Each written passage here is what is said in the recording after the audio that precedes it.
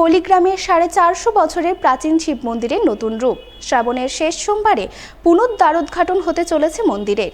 উত্তরপ্রদেশ থেকে আনা হয়েছে বিশাল ত্রিশূল। মালদার চাঁচল মহকুমার অন্যতম বর্ধিষ্ণু গ্রাম কলিগ্রাম। এই গ্রামের ঐতিহ্যের সঙ্গে জড়িয়ে রয়েছে প্রায় 450 বছরের প্রাচীন এক শিব মন্দির। রানীদিঘির পাড়ে অবস্থিত ঐতিহাসিক এই মন্দিরটি দীর্ঘদিন ধরে অবহেলা ও সংস্কারের অভাবে জীর্ণ হয়ে পড়েছিল। অবশেষে এলাকাবাসীর উদ্যোগ ও সহযোগিতায় প্রায় 1 বছর ধরে সংস্কারের পর নবরূপে সেজে উঠেছে প্রাচীন সেই শিব মন্দির। শ্রাবণের শেষ সোমবার রুদ্রাভিষেক ও জলাভিষেকের মধ্য দিয়ে মন্দিরের পুনরুদ্ধারোদ্ঘাটন করা হবে। সংস্কারের পর মন্দির চত্বরে যুক্ত হয়েছে একাধিক নতুন আকর্ষণ। মন্দিরের প্রবেশ পথে চোখে পড়বে 12 ফুট উচ্চতার বিশাল ত্রিশূল।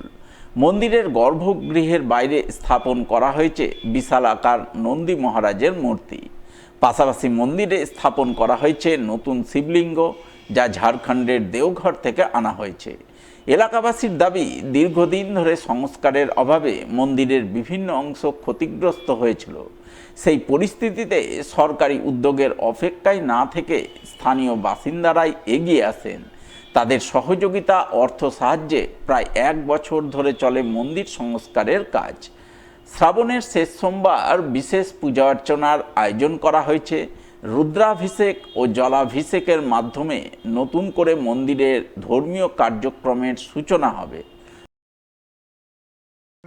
সকাল 8টা থেকে কলস যাত্রা আছে, গ্রাম পরিক্রমা হবে গোটা গ্রামটা।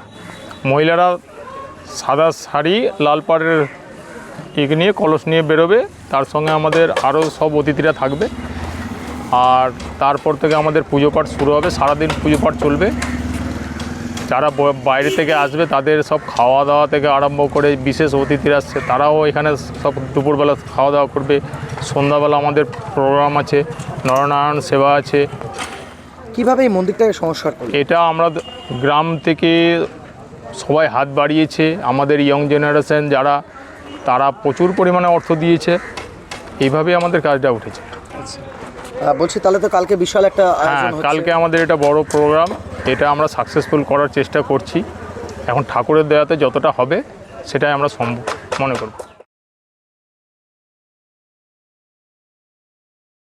স্বাধীনতা দিবস উপলক্ষে রবিবার এক রক্তদান শিবির আয়োজন করলেন মালদার এক স্বেচ্ছাসেবী সংস্থার সদস্যরা। তাদের উদ্যোগে রক্তদান শিবির অনুষ্ঠিত হলো মালদা শহরের মিরচক লাঠি খেলার মাঠে। শিবিরে প্রায় 50 জন মানুষ রক্তদান করেন। রক্তদাতাদের উৎসাহিত করতে আমন্ত্রিত অতিথি হিসেবে হাজির ছিলেন ইংরেজবাজার পৌরসভার চেয়ারম্যান কৃষ্ণেন্দু চৌধুরী এবং ভাইস চেয়ারম্যান সুমালা আগারওয়ালা। তবে শুধু রক্তদান শিবিরই নয়, পাশাপাশি এদিন সংস্থার পক্ষ থেকে আয়োজিত অঙ্কন প্রতিযোগিতায় সফল ছেলে মেয়েদের পুরস্কৃত করা হয় বলে জানা গেছে। 80তম স্বাধীনতা দিবস উপলক্ষে 15 আগস্ট শনিবার কালকে আমরা অঙ্কন প্রতিযোগিতা বাচ্চাদের নিয়ে আমরা একটা অনুষ্ঠান করেছি এবং আজকে 16 আগস্ট রবিবার আজকে ব্লাড ডোনেশন ক্যাম্প আমাদের মানব সেবা ফাউন্ডেশনের উদ্যোগে আজকে এই ক্যাম্পটা আমরা আয়োজন করেছি। যেহেতু আমাদের এলাকার যখন ব্লাডের দরকার পড়ে, আমাদের এই ব্লাডগুলো আজকে যখন ব্লাড ব্যাংকে পৌঁছিয়ে দিই, তখন আমরা একটা ব্লাড ব্যাংকের সাথে আমাদের যে একটা সুসম্পর্ক হয়, তার বিনিময়ে আমাদের যখন আমাদের এলাকার মানুষের যে ব্লাড দরকার পড়ে, তার বিনিময়ে আমরা মানুষের উপকার করতে পারি, মানুষের সেবা করতে পারি।